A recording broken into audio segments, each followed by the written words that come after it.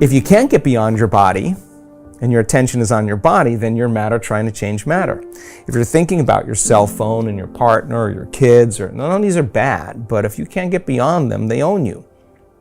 If you're thinking about how much time it's going to take or how much time the meditation is going, you haven't dissociated from the very world of three-dimensional reality to create something differently with. So that process of overcoming ourselves, that process of overcoming is the process of becoming.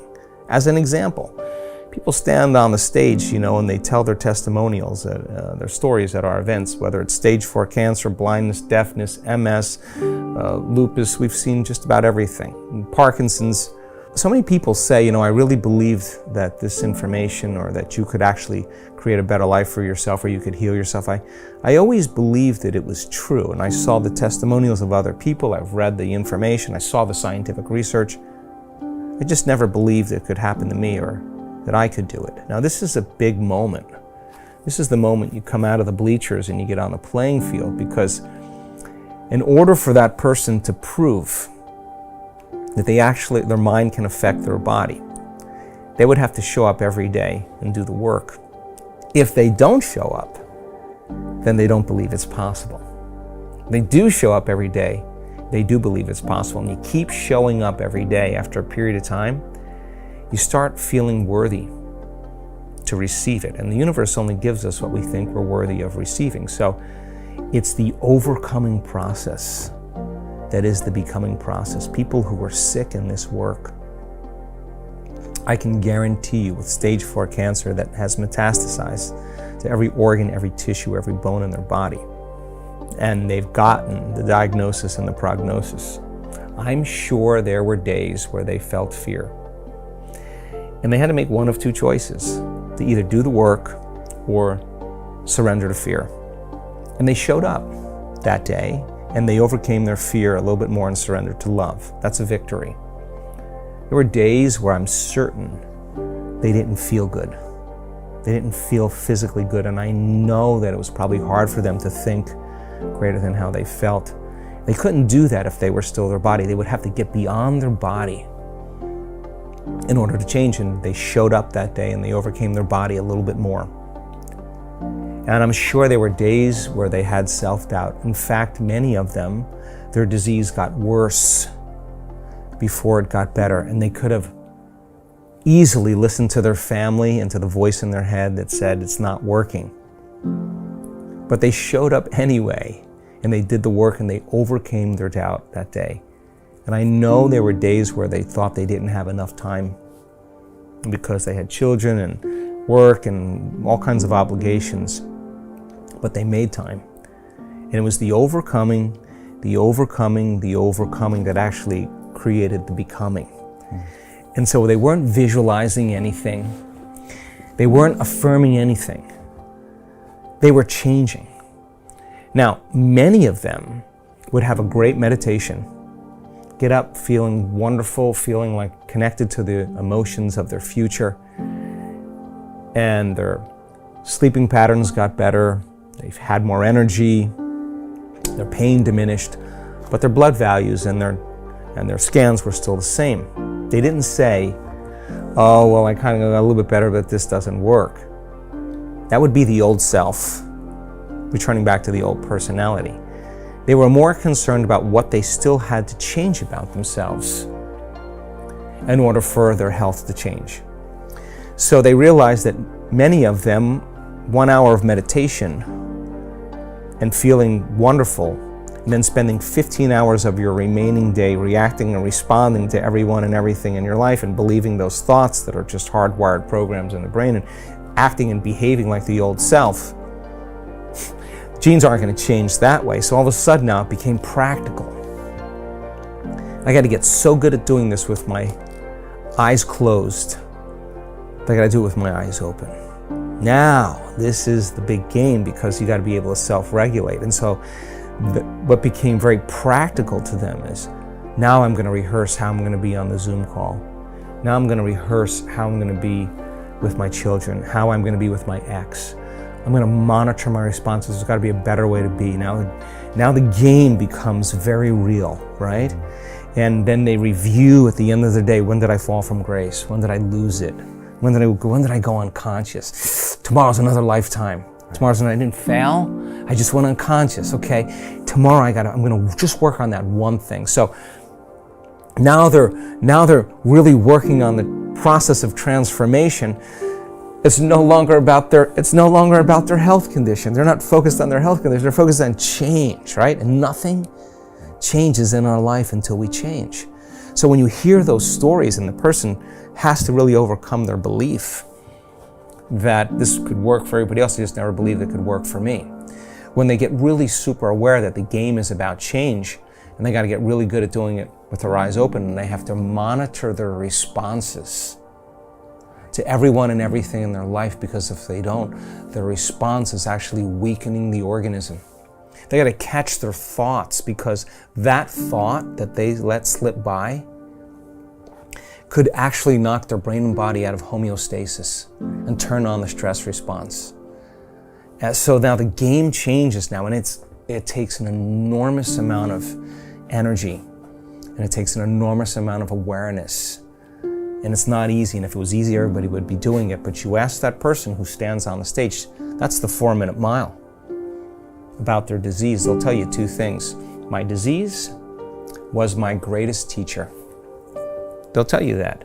And you'll ask them, where's the disease now? Where is it? They'll say, it's in the old person. I'm somebody else. They didn't visualize anything. They didn't affirm anything. They just kept practicing overcoming, and it's the overcoming process that actually affects the becoming process. What determines the difference in human actions? Throughout my life, I have passionately sought the answer to these questions. One thing is clear to me. Human beings are not random creatures. Everything we do for a reason. We may not be aware of the reason consciously, but there is undoubtedly a single driving force behind all human behavior. This force impacts every facet of our lives, from our relationships and finances to our bodies and brains.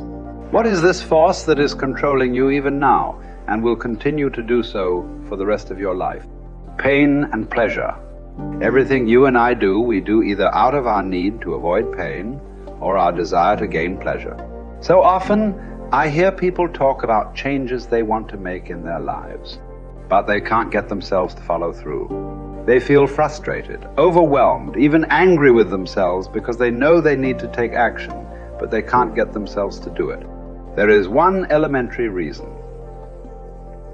They keep trying to change their behavior, which is the effect instead of dealing with the cause behind it. Understanding and utilizing the forces of pain and pleasure will allow you once and for all to create the lasting changes and improvements you desire for yourself and those you care about. Failure to understand this force dooms you to a future of living in reaction like an animal or a machine. Perhaps this sounds like a complete oversimplification, but think about it. Why don't you do some of the things you know you should do? After all, what is procrastination? It's when you know you should do something, but you still don't do it. Why not? The answer is simple. At some level, you believe that taking action in this moment would be more painful than just putting it off. Yet, have you ever had the experience of putting something off for so long that suddenly you felt pressure to just do it, to get it done? What happened? You changed what you linked pain and pleasure to. Suddenly not taking action became more painful than putting it off. A man who suffers before is necessary, suffers more than is necessary. What keeps you from approaching that man or woman of your dreams? What keeps you from starting that new business you've been planning for years? Why do you keep putting off that diet? Why do you avoid completing your thesis? Why haven't you taken control of your financial investment portfolio? What prevents you from doing whatever it takes to make your life exactly as you've imagined it? Even though you know that all these actions would benefit you, that they could definitely bring pleasure to your life, you fail to act simply because in that moment you associate more pain to doing what's necessary than missing the opportunity. After all, what if you approached that person and they rejected you? What if you tried to start that new business but failed and lost the security you have in your present job? What if you started a diet and went through the pain of starving yourself, only to gain the weight back eventually anyway? What if you made an investment and lost your money? So why even try? For most people, the fear of loss is much greater than the desire for gain, which would drive you more.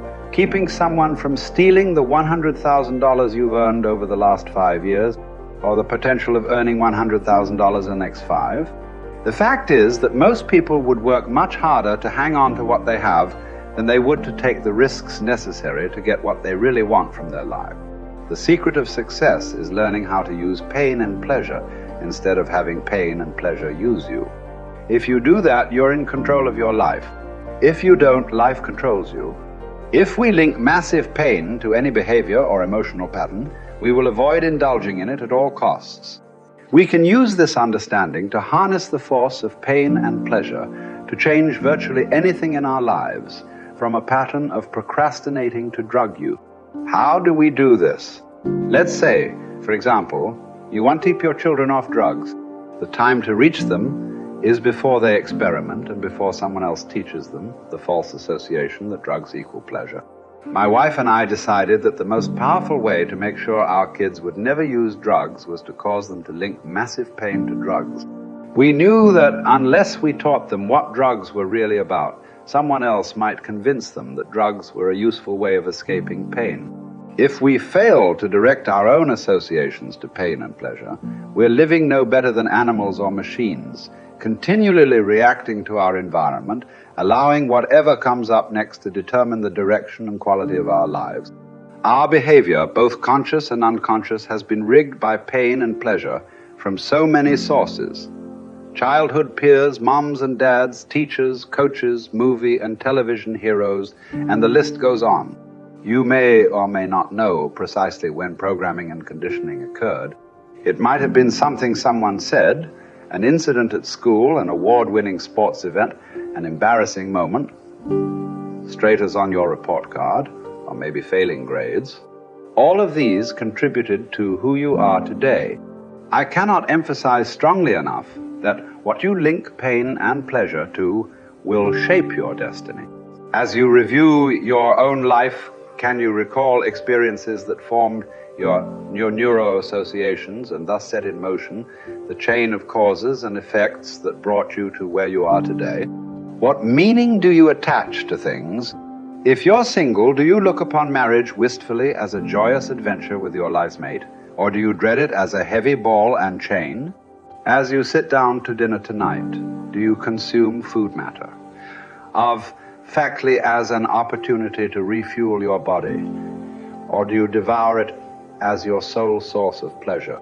Men, as well as women, are much oftener led by their hearts than by their understandings.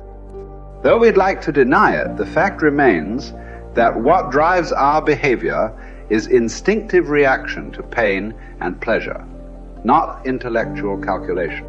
Intellectually, we may believe that eating chocolate is bad for us, but we'll still reach for it. Why? Because we're not driven so much by what we intellectually know, but rather by what we've learned to link pain and pleasure to in our nervous system. It's our neuro-associations, the associations we've established in our nervous systems, that determine what we'll do. Although we'd like to believe it's our intellect that really drives us, in most cases, our emotions. The sensations that we link to our thoughts are what truly drive us. Many times we try to override the system. For a while we stick to a diet. We finally pushed ourselves over the edge because we have so much pain. We will have solved the problem for the moment. But if we haven't eliminated the cause of the problem, it will resurface. Ultimately, in order for a change to last, we must link pain to our old behavior and pleasure to our new behavior and condition it until it's consistent. Remember, we will all do more to avoid pain than we will to gain pleasure. Going on a diet and overriding our pain in the short term by pure willpower never lasts simply because we still link pain to giving up fattening foods. For this change to be long-term, We've got to link pain to eating those foods so that we no longer even desire them, and pleasure to eat more of the foods that nourish us. People who are fit and healthy believe that nothing tastes as good as thin fields, and they love foods that nourish them. In fact, they often link pleasure to pushing the plate away with food still on it. It symbolizes to them that they're in control of their lives. The truth is that we can learn to condition our minds, bodies, and emotions to link pain or pleasure to whatever we choose. By changing what we link pain and pleasure to, we will instantly change our behaviors. With smoking, for example, all you must do is link enough pain to smoking and enough pleasure to quitting. You have the ability to do this right now, but you might not exercise this capability because you've trained your body to link pleasure to smoking, or you fear that stopping would be too painful. Yet, if you meet anyone who has stopped, you will find that this behavior changed in one day. The day they truly changed what smoking meant to them.